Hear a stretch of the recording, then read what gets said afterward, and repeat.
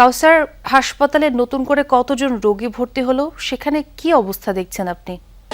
Barishal Sherebangla medical college হাসপাতালে প্রতিদিনই কিন্তু নতুন নতুন রোগী আসছেন এবং হাসপাতাল কর্তৃপক্ষ যেটি জানিয়েছেন যে গেল 24 ঘন্টায় বরিশাল শেরেবাংলা মেডিকেল কলেজ হাসপাতালে নতুন 24 জন রোগী ভর্তি হয়েছেন এবং সবগুলো রোগী আসলে গুরুতর, কারো শ্বাসকষ্ট রয়েছে, পাতলা পায়খানা, জ্বর কমছে না। এবং এই মুহূর্তে বরিশাল শেরেবাংলা মেডিকেল কলেজ হাসপাতালের যে আইসোলেশন ওয়ার্ড করা হয়েছে হাম রোগীদের জন্য, সেখানে 124 জন রোগী ভর্তি আছেন এবং বেশিরভাগ রোগীরই কিন্তু শ্বাসকষ্ট হচ্ছে, তাদেরকে নেবুলেশন দিতে হচ্ছে, কাউকে অক্সিজেন দিতে হচ্ছে। এবং হাসপাতাল কর্তৃপক্ষ বলছেন যে লক্ষণ দেখার পরপরই যদি এসব শিশুদের স্থানীয়ভাবে চিকিৎসা দেওয়া হতো বা তাদের খেয়াল রাখা হতো, সেক্ষেত্রে আসলে গুরুতর হতো না। এবং বিভাগীয় স্বাস্থ্য অধিদপ্তর জানিয়েছে তারা হামের যে প্রাদুর্ভাব এটি কমিয়ে আনার জন্য, সংক্রমণ কমিয়ে আনার জন্য তাদের সারা বরিশাল ব্যাপী কিন্তু তাদের টিকাদান কর্মসূচি চলছে এবং এই টিকাদান কর্মসূচি সফল হলে